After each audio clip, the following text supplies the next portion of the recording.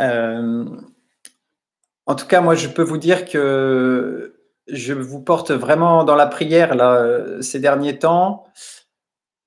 On a vécu une semaine pascale qui s'est passée vraiment à toute allure. Christ est ressuscité, il est vraiment ressuscité. C'est peut-être plus difficile de voir qu'il est ressuscité parce qu'il n'y a pas eu de changement entre l'avant-résurrection, entre le carême et le temps pascal. Vous vous êtes rendu compte de ça. A priori, à l'extérieur, rien n'a changé. Mais c'est ce que je disais dans mon homélie du dimanche de Pâques, qui est encore sur YouTube et que vous pouvez encore consulter, regarder. Je disais que la résurrection est un mouvement intérieur. Donc, il peut toujours se passer quelque chose en nous à tout moment, pourvu qu'on s'ouvre à cette puissance de vie. Certes, donc le confinement continue, mais le Christ est bien ressuscité. Il est bien là derrière sur la croix pour nous rappeler qu'il est bien mort, mais je vous l'assure aussi, moi qui m'appelle Thomas, je puis vous dire qu'il est bien ressuscité. On a entendu l'évangile de Thomas dimanche dernier. C'était le deuxième dimanche de Pâques. Et comme dans la tradition de l'Église, depuis très longtemps déjà, l'Église a souhaité que ce soit cet évangile qui soit lu le deuxième dimanche de Pâques. Avant, il s'appelait le dimanche in albis, le dimanche en blanc, en pensant tout particulièrement à nos amis néophytes qui avaient reçu le baptême à Pâques et qui avaient 8 jours. Voilà, donc nous sommes toujours dans l'attente de ces baptêmes. Nous n'avons toujours pas de date pour savoir quand est-ce qu'ils auront lieu. Les évêques ont rencontré les conseillers du Premier ministre pour savoir quand est-ce que les messes pouvaient reprendre, mais jusqu'à présent, nous n'avons reçu encore aucune directive de la part de l'évêque. Donc, il nous faut attendre le moment où on pourra célébrer ces baptêmes, célébrer ces premières communions et célébrer ces confirmations. Tout cela crée quand même un sentiment de frustration, d'attente. Donc, ce deuxième dimanche de Pâques, après Jean-Paul II, il est devenu le dimanche de la miséricorde divine. C'est lui qui a voulu, sur la fin de son pontificat, et suite aux révélations qu'avait eues sœur Faustine du Christ lui-même, qui lui avait parlé, il lui avait dit l'importance donc de sa miséricorde qu'il voulait répandre sur le monde. Et sœur Faustine en a créé en quelque sorte un chapelet. C'est le chapelet de la Divine Miséricorde qu'on a déjà pris entre nous une fois, qu'on peut retrouver là encore sur Internet, comment faire ce chapelet de la Divine Miséricorde. Nous n'allons pas le faire là. Je vous propose plutôt de prier la neuvaine que à Notre-Dame des Vertus, que nous allons fêter dimanche prochain. Nous sommes entrés dans cette neuvaine-là. Elle vous a été envoyée sur WhatsApp et théoriquement, nous étions sans doute tous en communion à 15h en ayant prié cette neuvaine. Voilà, donc j'avance un peu. Donc ce dimanche, ce deuxième dimanche de Pâques, nous avons fait cette procession en voiture du Saint-Sacrement. Ça a été bien suivi, vraiment quel bel événement. autant on voyait que vous aviez soif de revoir Jésus et de vous prosterner devant lui, de le chanter, de le magnifier, de le louer. Eh bien, nous, de notre côté, les prêtres, on était évidemment très heureux de revoir vos visages et de vous apporter Jésus. Pour nous, c'est vraiment ça qui compte, que vous deveniez vraiment des adorateurs de ce Jésus-Christ qui a donné sa vie pour nous et qui est ressuscité. Voilà, donc il s'est passé pas mal de choses. Ensuite, j'ai plus tellement nourri le groupe du catéchuménat, mais j'espère que vous trouvez votre compte dans tout ce qui passe sur le fil de la paroisse. Il y a des choses plus ou moins adaptées. Donc là, je vous ai mis aussi la liturgie de dimanche qui arrive, là, demain. Ce sera les disciples d'Emmaüs. Donc, vous aurez l'occasion de prier avec ce texte demain en méditant eh bien, ce que nous dit l'Évangile, ce que nous dit le Christ, en particulier sur l'Écriture. Hein, ces disciples, finalement, méconnaissaient un petit peu les Écritures et c'est le Christ qui va leur expliquer qu'il était là, présent, dans toutes les pages de l'Ancien Testament, depuis Moïse jusqu'au dernier des prophètes. Il leur expliqua les Écritures. Voilà, donc j'ai brossé là un petit tableau de ce qu'on a vécu, de ce qu'on va vivre demain, donc de cette attente aussi, hein, des sacrements vers lesquels vous vous préparez. Mais là, je vous propose de rentrer un peu plus on va rentrer dans la prière, comme on en a l'habitude de le faire pendant les séances du catéchuménat. Et je vous propose de prendre un chant que je vous ai mis d'ailleurs sur votre YouTube, enfin sur le groupe du catéchuménat, qui s'appelle donc « Je suivrai mon Seigneur et mon Maître ». Alors, comme c'est un peu en décalé, je le lance maintenant et puis vous, et ça terminera 1 minute plus tard sans doute. Je le lance.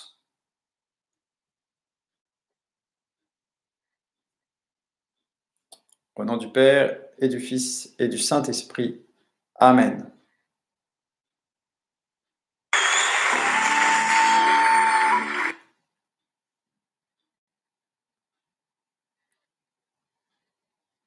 Ah. Petit bug.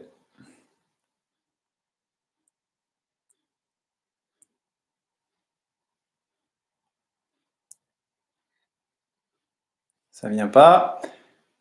Alors.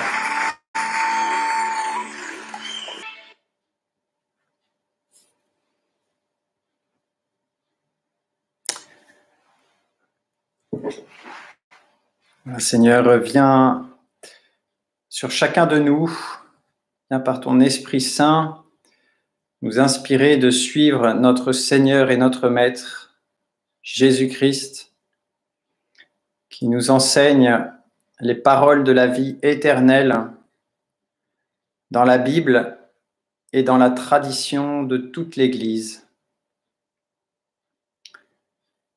Seigneur, en ce jour, éclaire-nous, mets en nous ton esprit d'intelligence, de sagesse, de discernement,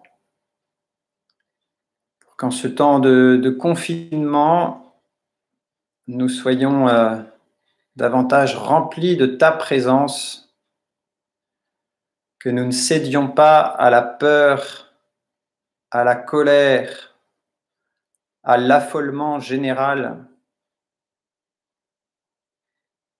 que nous sachions prendre du recul par rapport à cette crise. Et Seigneur, par ce thème que tu nous donnes de traiter en ce jour, justement notre engagement chrétien dans la société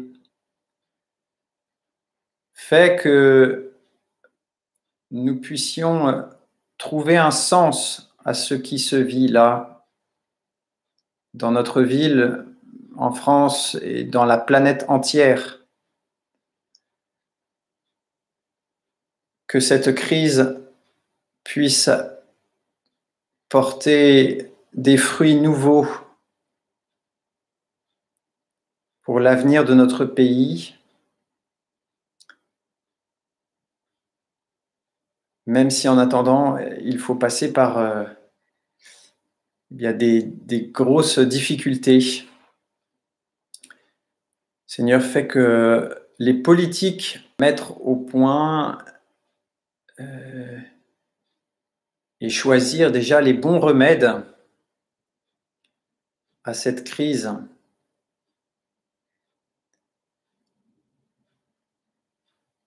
Inspire-les, Seigneur, pour qu'ils ne cèdent pas à la tentation du profit ou qu'ils obéissent à des lobbies. Tout cela en ce temps de confinement et garde-nous dans ta paix.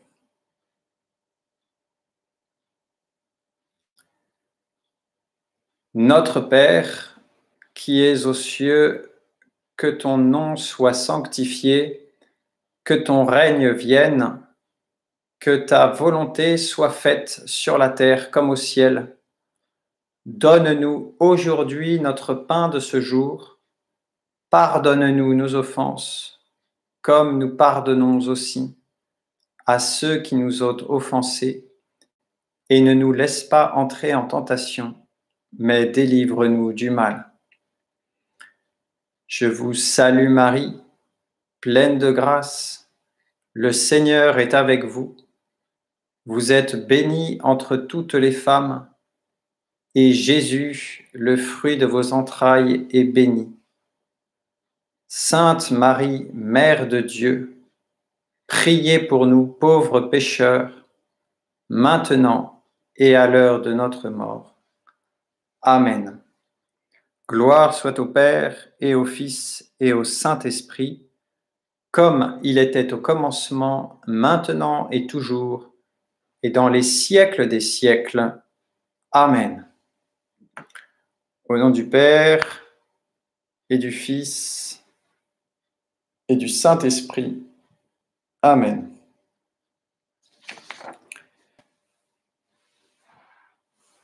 Voilà, donc je commence le thème que vous retrouverez sur le groupe WhatsApp.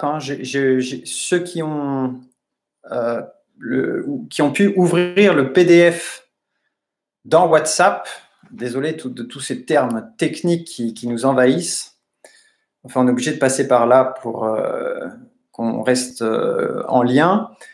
Donc, tous ceux qui ont réussi à ouvrir le PDF dans WhatsApp trouveront donc ma fiche que voici.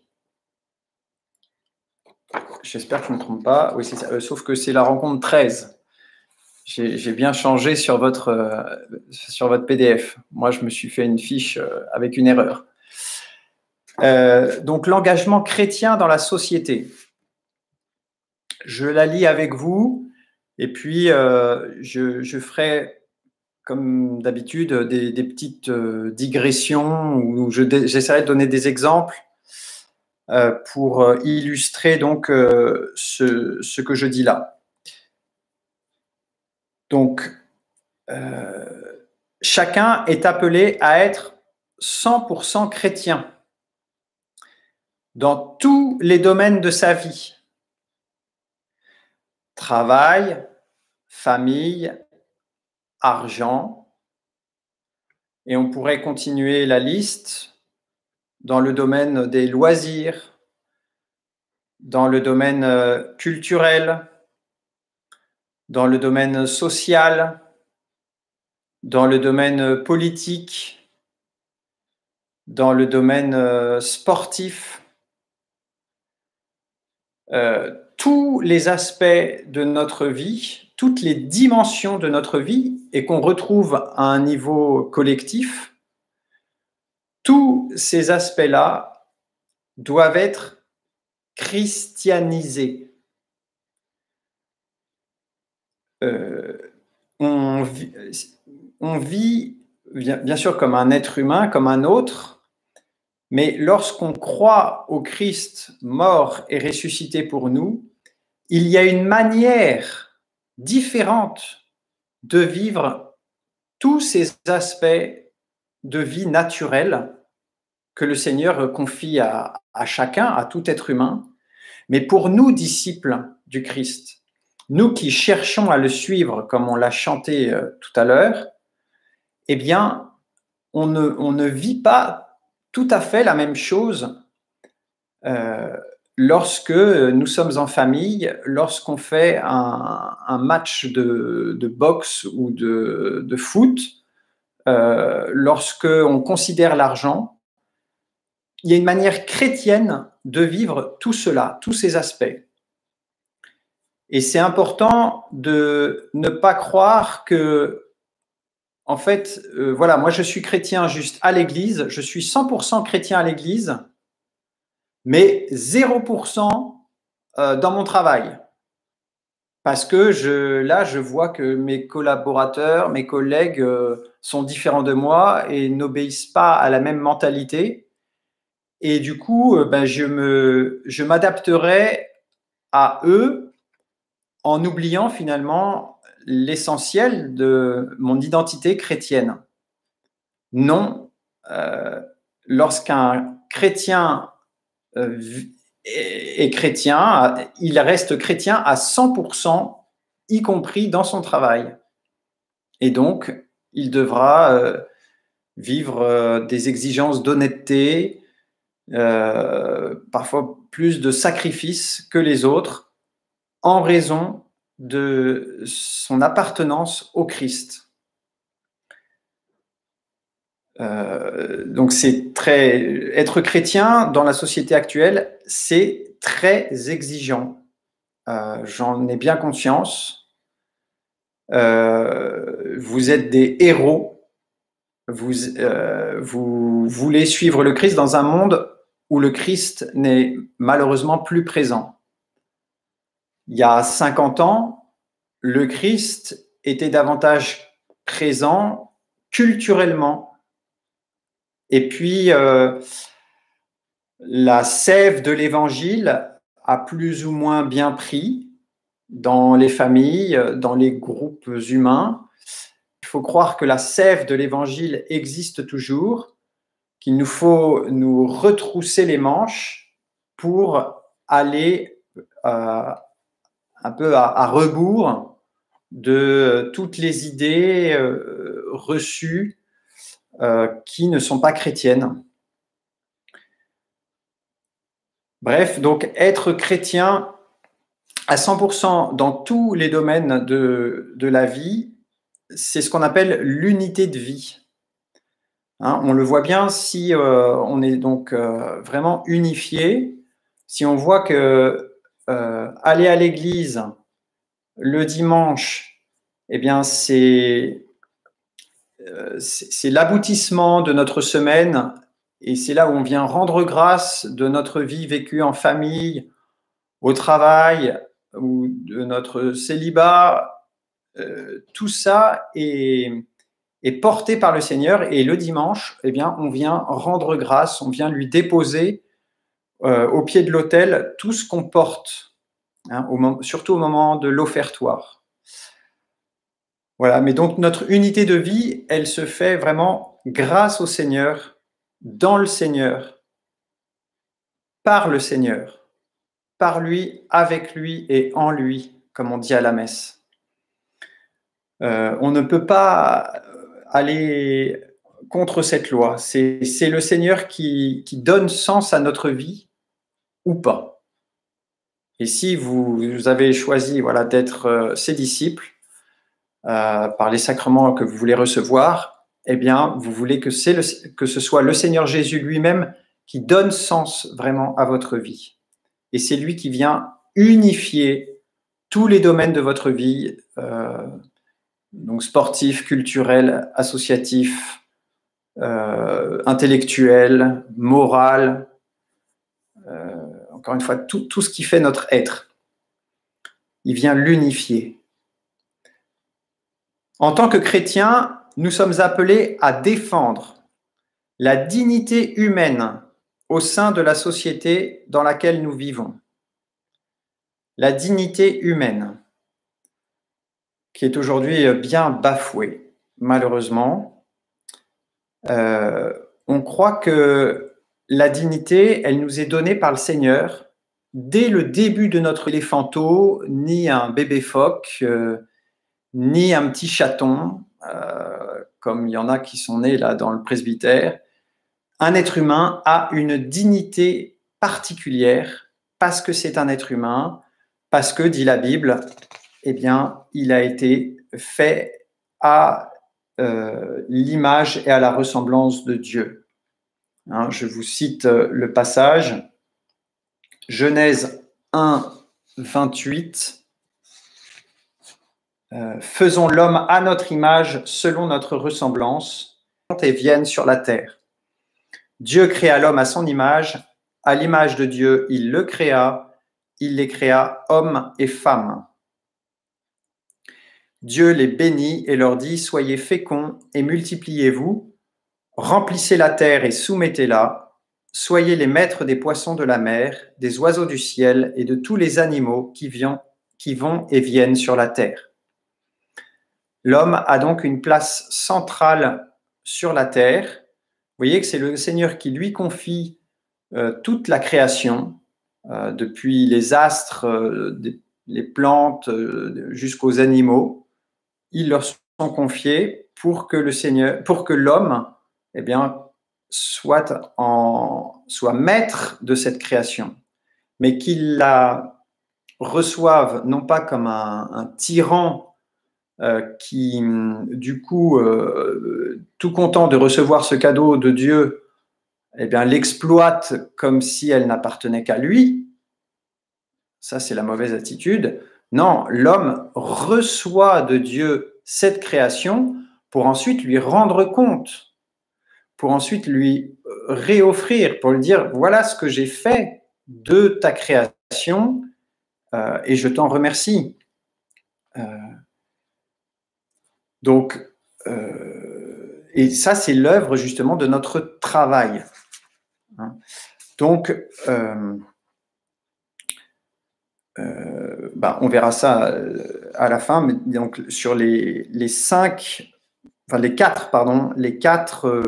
domaines de notre vie que nous pouvons essayer de regarder de plus près. J'ai mis ça sur la fin de l'affiche. Donc notre dignité, elle nous est donnée par le Seigneur dès le début de notre vie et jusqu'à la fin de notre vie, jusqu'au dernier souffle.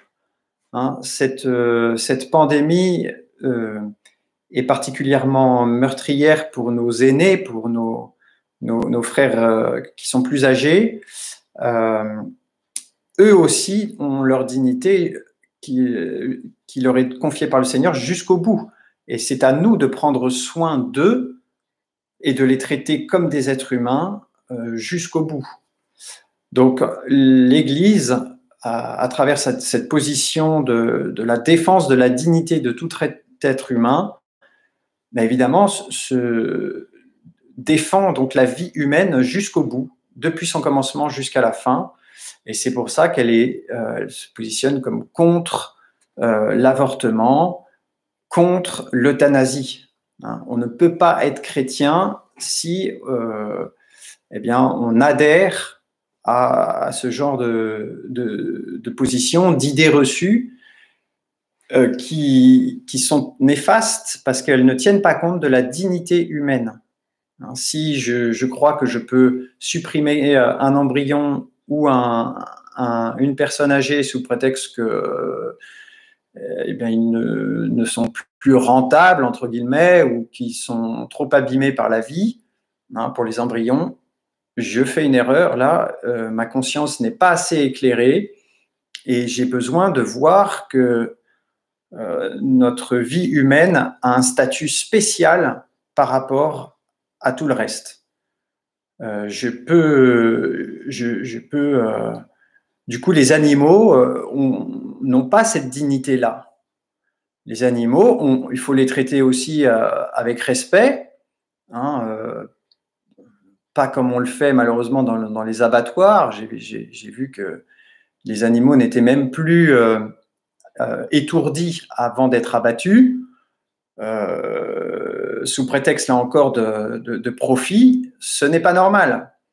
Hein, l'homme doit prendre soin des animaux, et surtout en ce moment où beaucoup disparaissent par notre faute. Donc la dignité humaine, hein, c'est un tout. Et on voit bien aussi dans notre travail comment est-ce qu'on est traité avec dignité ou pas. Il y aura encore beaucoup de choses à dire, mais le temps passe. Voilà, cette dignité humaine s'enracine dans la création à l'image de Dieu, c'est ce que je vous ai lu. De plus, donc l'Église propose des repères pour nous aider à vivre notre foi au quotidien, dans le travail, dans les engagements citoyens et associatifs. Voilà, si on est chrétien et qu'on doit vivre cet être-là nouveau dans la société qui, elle, ne l'est pas, bah, il nous faut des repères, il nous faut un guide, et c'est l'Église qui nous donne ces repères-là.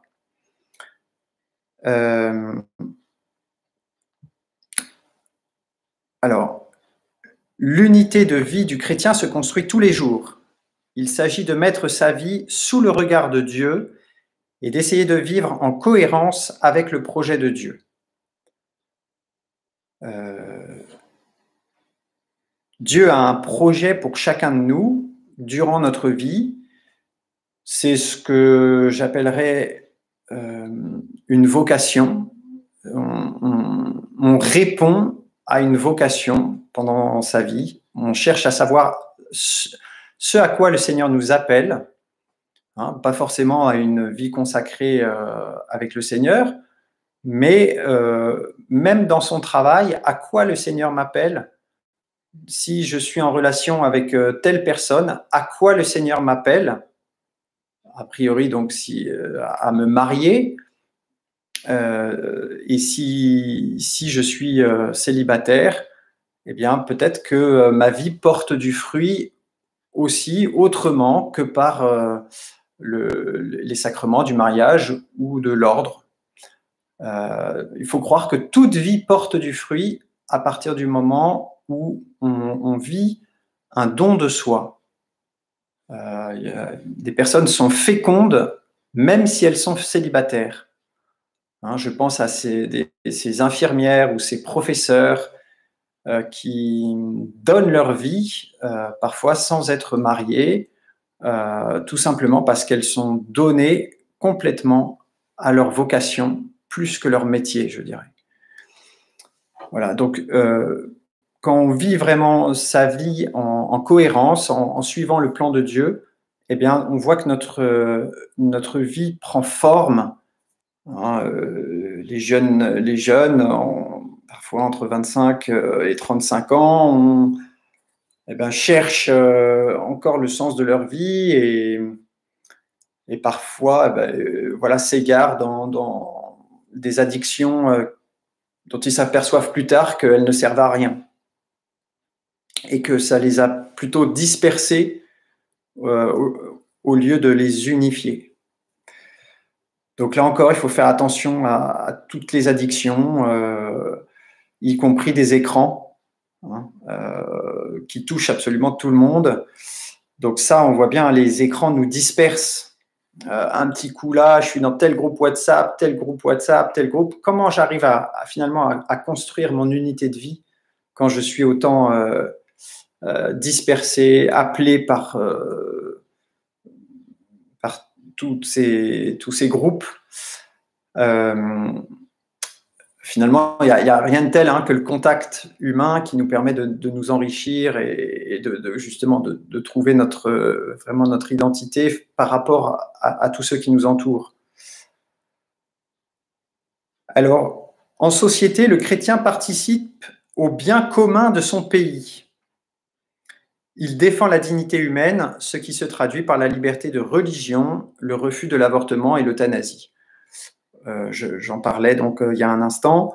Le chrétien participe au bien commun de son pays.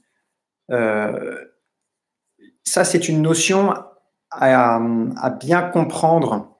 La recherche du bien commun, c'est en fait rechercher les conditions dans lesquelles la société va pouvoir vivre de façon harmonieuse, de façon paisible. Et donc, des critères de paix, de justice, de liberté et de vérité doivent s'appliquer dans ma vie pour rechercher le bien commun. Et ça de façon collective. Bien, on a tous une liberté, on recherche tous la vérité, on est tous assoiffés d'une certaine justice, on ne veut pas qu'on soit lésé par rapport aux autres, et au fond de nous, on recherche tous la paix. Eh bien, pourquoi au niveau collectif, il y a tant de tensions et de conflits? Eh bien, c'est que le péché de l'homme veut s'accaparer l'argent, le pouvoir, et en se l'appropriant, eh bien, il ne fait plus attention finalement au bien commun général, mais il s'approprie un intérêt particulier. Et à partir de ce moment-là, il casse l'harmonie de la société. Je pense malheureusement à tous ces lobbies qui font pression sur le gouvernement et qui obtiennent ce qu'ils veulent. Et on voit bien que ce sont des lobbies qui ne sont pas chrétiens pour la plupart et qui sont très influents. Alors que nous, chrétiens, qui devrions a priori influencer la société, nous sommes la plupart du temps méprisés. En France, je trouve, n'hésitez pas à réagir, mais il y a quand même un peu de ça. Donc, pour autant, même si finalement les hommes politiques doivent rechercher ce bien commun et ne pas se laisser influencer par les lobbies qui, eux, cherchent l'intérêt particulier de la catégorie de gens qu'ils défendent. Mais théoriquement, un gouvernement doit rechercher la justice pour tous, la vérité pour tous, la paix pour tous. Donc, c'est une notion absolument fondamentale. Et en ce temps de confinement, on s'aperçoit que le bien commun est à rechercher non pas seulement au niveau d'une ville, au niveau d'un pays, mais même au niveau international. Il y a un bien commun international. Le fait de fermer les frontières en temps de pandémie, ça participe du bien commun général. Si chaque pays ferme les frontières, eh bien, on voit que chaque pays est finalement responsable des autres pays. Et c'est pareil pour soi. Lorsqu'on met un masque, eh bien, on devient responsable de tous. On porte la responsabilité de ne pas contaminer les autres. Et donc ça, rien qu'en portant un masque, c'est un geste qui montre qu'on participe au bien commun de notre quartier, finalement de la ville entière et du monde entier. Donc, voyez, c'est une notion extrêmement précieuse. Et pareil, dans un couple, si on n'est pas marié, eh bien, quel est le bien commun à rechercher entre un homme et une femme? Ce bien commun s'appelle le mariage, tout simplement. Le mariage est le bien commun du couple. Et ensuite, une fois mariés, eh bien, l'homme et la femme sont appelés à participer à ce bien commun du couple en recherchant le bonheur de l'autre, la sanctification de l'autre.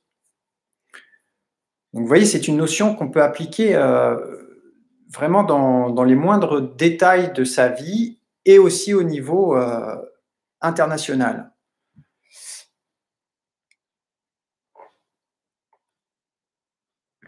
Voilà. Et troisièmement, tout ce que l'on fait peut devenir offrande spirituelle, même les activités les plus petites, les plus discrètes.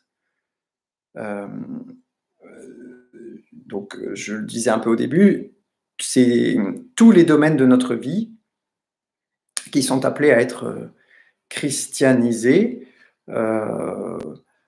Voilà, même les tâches un peu ingrates, tout cela participe de notre offrande à Dieu. J'aime pas descendre les poubelles, eh bien, je vais quand même le faire. Il faut que, enfin, j'ai pas le choix. Il faut que je travaille pour faire vivre ma famille, même si mon travail, je le vois plus comme un gagne-pain. Ben, je vais quand même tenir compte de l'enjeu de ma famille. Si je donne pas d'argent à ma famille, ma famille va sombrer et elle ne pourra plus subvenir. Donc, c'est ce qu'on appelle le devoir d'État. Essayer d'être le plus constant, le plus régulier dans son devoir d'État. Et si on a du mal à le vivre, bah, essayer de trouver du sens en se disant que Jésus est avec nous pour le faire avec nous. On n'est jamais seul. Le Christ nous accompagne même dans les activités qu'on n'aime pas. Et jusqu'à ce qu'on trouve une activité, un travail dans lequel on puisse vraiment s'épanouir. Il faut chercher, avec l'aide de Dieu, voilà, la vérité, ce à quoi on est appelé. Parfois, il faudra peut-être même quitter un travail confortable, mais dans lequel on ne trouve plus de sens, pour s'engager ailleurs, dans une voie où on sent qu'on a où on trouve plus de sens dans son travail. Ça fait partie de l'engagement chrétien. J'ai connu une jeune femme qui a fait ça, qui a renoncé à un salaire plus important pour trouver finalement, en fin de compte, davantage d'épanouissement parce qu'elle y trouvait plus de sens et que ça correspondait clairement à un métier plus chrétien, entre guillemets. Alors, je vous propose, dans les dernières 10 minutes, de passer en revue 4 domaines de nos vies, que nous vivons dans la société, hein, le travail, l'environnement, la citoyenneté, on peut dire le domaine politique, et l'argent, 4 domaines dans lesquels nous avons à vivre comme chrétiens.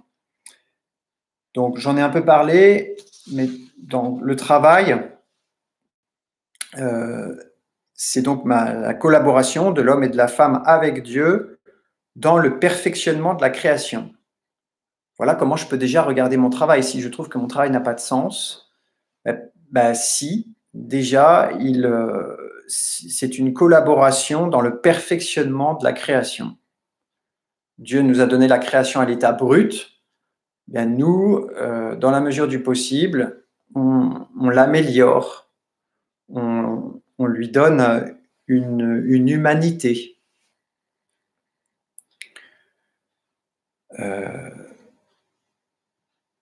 Voilà, l'environnement.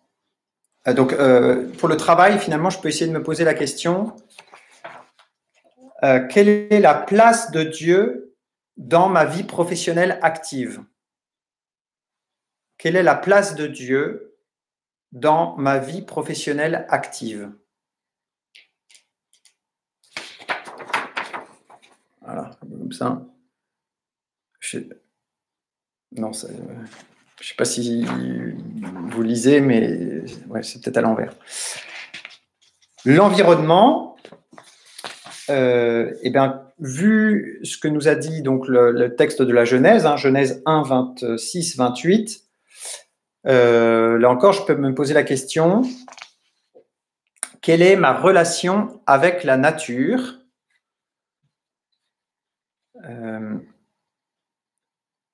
Quel lien est-ce que je fais entre l'environnement et Dieu?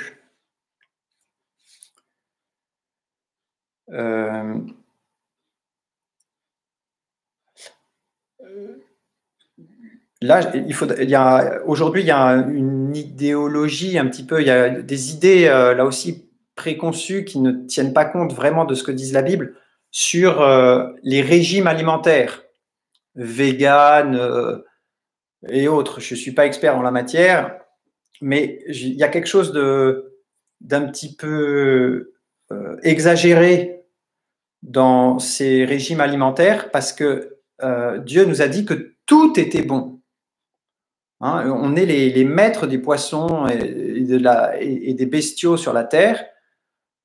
On peut en faire ce qu'on veut, mais selon la liberté des enfants de Dieu. On ne va pas donc les traiter de façon méchante, abjecte. Donc, ces animaux, il faut les respecter, comme je l'ai dit.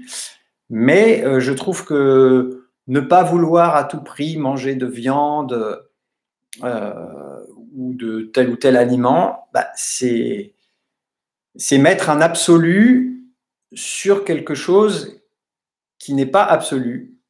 Et donc, c'est idéologiser la matière.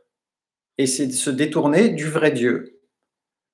Donc, le chrétien, il est appelé à être écolo, vraiment au sens noble du terme, mais une écologie intégrale qui tienne compte de tout l'environnement dans lequel l'homme est inséré et pas seulement selon de ne pas être manipulé par les idées ambiantes. Il faut prendre du recul par rapport à tous ces régimes. On est appelé à manger de tout. Je rappelle que l'Église demande le jeûne 2 fois par an, le mercredi des cendres, début du carême, et le vendredi saint, où là, il nous est demandé vraiment un jeûne alimentaire complet, enfin, donc si possible, pain et eau et éventuellement un bol de riz pour tenir dans la journée. Mais, et puis, donc, on peut continuer ces jeûnes pendant l'année si on voit que ça répond à un besoin spirituel, de continuer ces jeûnes dans la prière.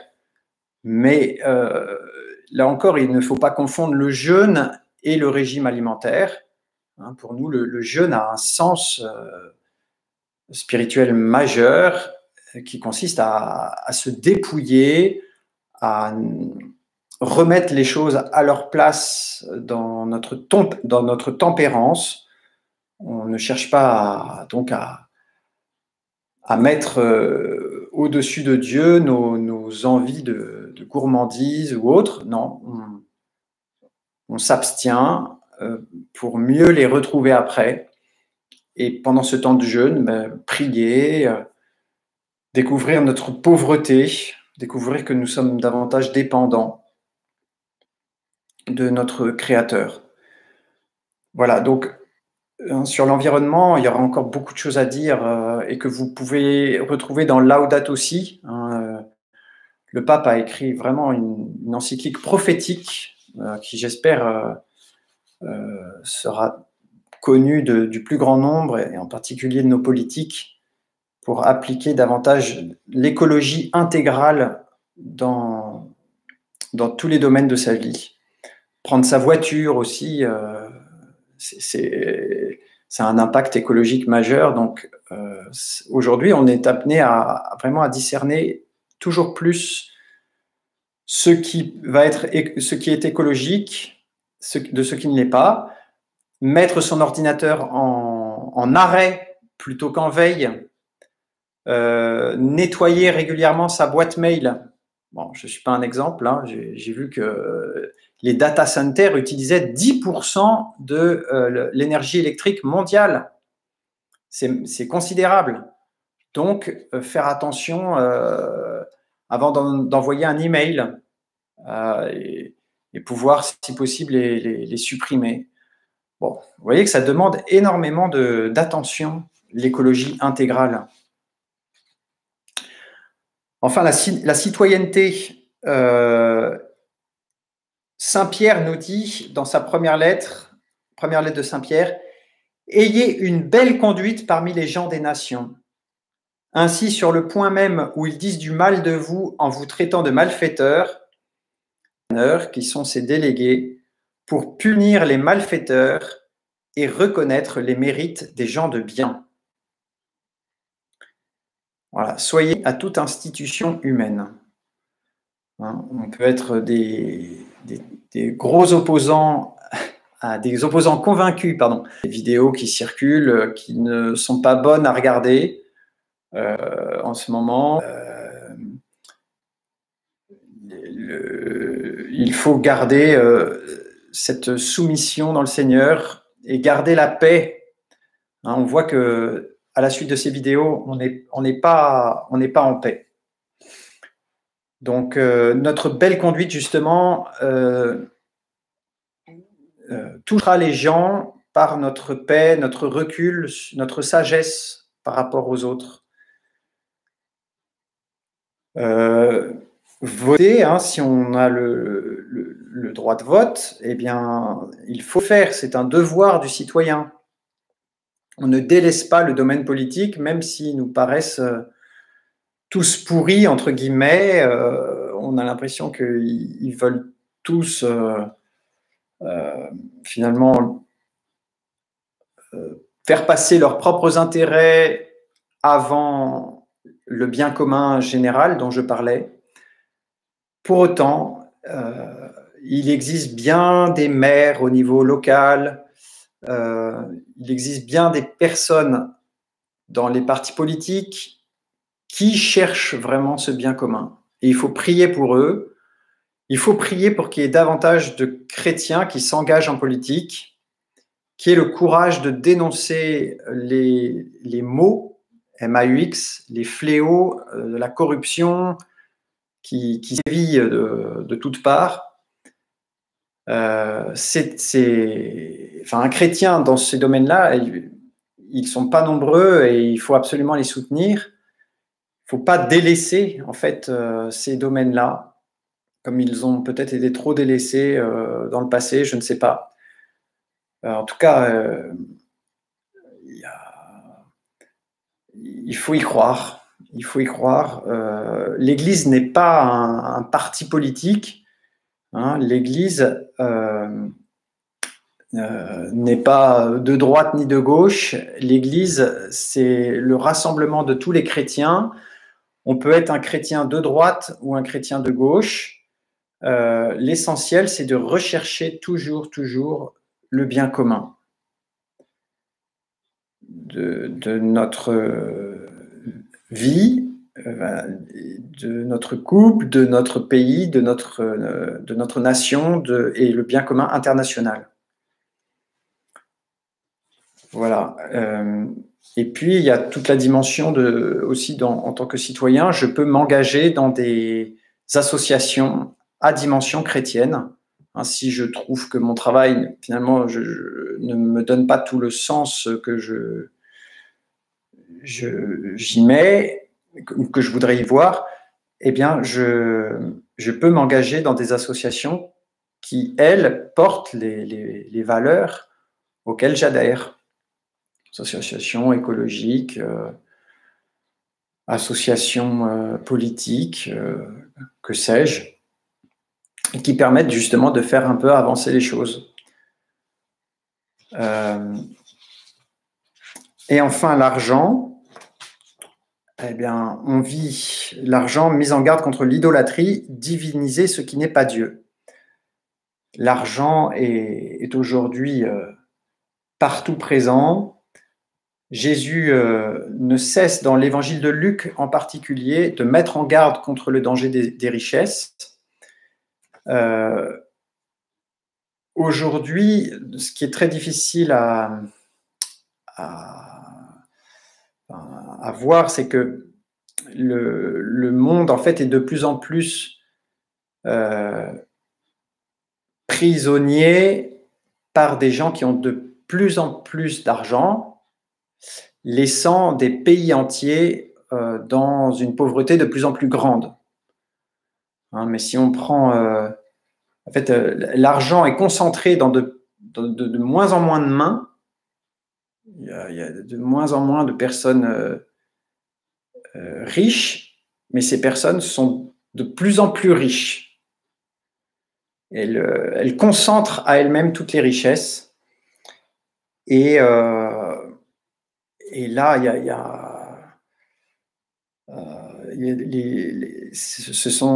a des lobbies extrêmement puissants dans les finances internationales qui, hélas, donc font un peu la pluie et le beau temps pour les nations que nous sommes, et même nos gouvernants ne peuvent rien contre cela. Et là, on va vivre une crise économique majeure suite à cette pandémie. Vous en subissez peut-être déjà les conséquences. Et là encore, à travers cette crise que nous vivons, je crois que le Seigneur nous appelle à remettre vraiment l'argent à sa place. Et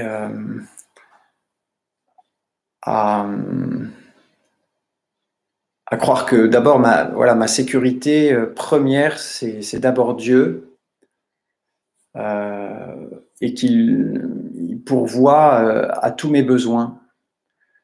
Amen, je vous le dis, celui qui cherche mon royaume et ma justice, eh bien, tout le reste lui sera donné par surcroît. Il faut d'abord rechercher le royaume, donc le bien commun. Au niveau politique, c'est comme ça que ça se traduit. Au niveau religieux, c'est le royaume qu'on construit avec notre charité, notre bienveillance envers tous. Mais au niveau politique, c'est en recherchant le bien commun. Donc, là encore, comment le gouvernement va pouvoir répartir les richesses après cette grave crise? Il va finir par manquer de l'argent et pour l'État et pour les individus. Je n'en sais rien, je ne suis pas économiste, mais en tout cas, cette crise sanitaire, si elle débouche justement sur une crise économique, eh bien, va encore révéler des choses, de même qu'elle a révélé des choses au niveau de notre santé. Elle révèle un peu voilà, ce que je vous disais, c'est cette division très forte qu'il y a entre les pays riches qui deviennent de plus en plus riches, ou des organisations qui deviennent de plus en plus riches, et des pays qui sont encore pauvres et qui doivent encore lutter contre la propre faim dans leur pays. Hein, la faim dans le monde fait plus de morts encore que le Covid-19. Donc, bref, notre argent est une aide, est un bienfait, mais il ne faut surtout pas donc l'absolutiser et lui donner plus d'importance qu'il n'en a. Comme malheureusement, voilà, c'est répandu partout dans notre société. J'ai été assez long, 1h08. Peut-être que vous avez des questions que je peux prendre comme ça via les commentaires. Merci de votre écoute, si vous êtes allé jusqu'au bout. J'espère que ça vous aura apporté quelque chose. Donc voilà, vous avez la feuille de rencontre, vous avez les textes bibliques. N'hésitez pas à lire Éphésiens 5, 21 à 6, verset 4. Hein, parce qu'on voit que la parole de Dieu parle bien de tous les domaines de notre vie. Hein, il n'y a pas qu'à l'Église, encore une fois, que nous sommes chrétiens. Voilà, il faut que ça se voie, ce témoignage chrétien, partout où nous sommes. Voilà. Est-ce que vous avez des questions ?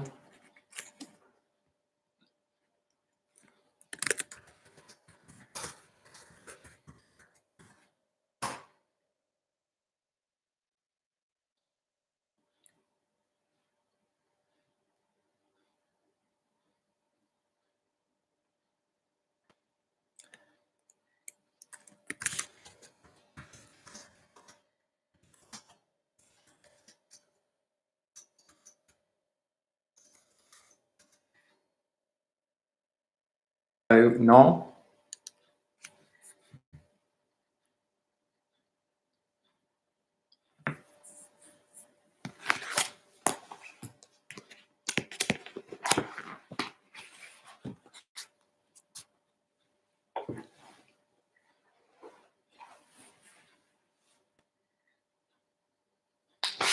Pas plus de questions que ça ?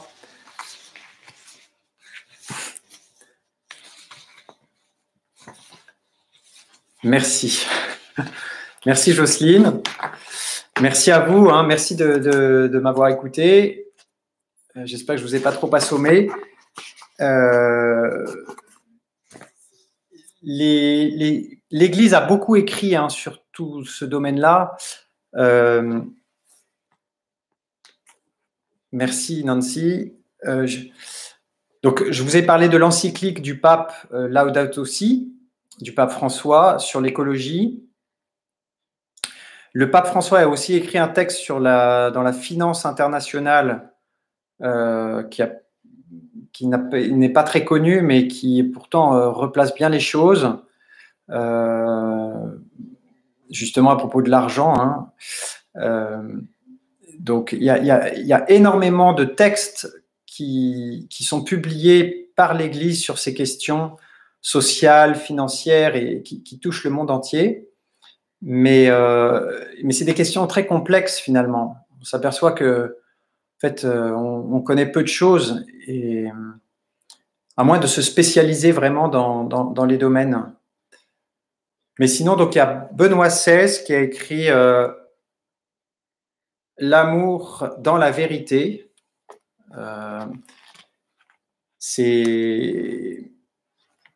C'est pas évident, mais en tout cas, c'est une belle synthèse de l'ensemble des documents qui ont été écrits jusque-là par les différents papes. Paul VI avait déjà écrit une encyclique sur le développement des peuples, parlant déjà de la mondialisation qui allait arriver, et qu'est-ce que c'est que le progrès finalement. Jean 23 avait lui aussi parlé, Jean 23 avant Paul VI, donc il était même le pape qui a demandé le concile Vatican II, hein, Jean 23, dans son encyclique Mater et Magistra, hein, ça veut dire mère et maître, maîtresse, enfin, c'est l'Église hein, dont il parle, et sur la question sociale. hein, sur les récents développements de la question sociale. Jean-Paul II a été aussi très abondant dans le domaine. Voilà, donc il y a toute une littérature vraiment très, très importante sur toutes ces questions. C'est pas facile de les résumer comme ça en 1 heure. Je prends quelques points et puis je vois les questions les plus concrètes qu'on peut vivre là, vu ce qu'on vit, le confinement, etc. Merci à vous.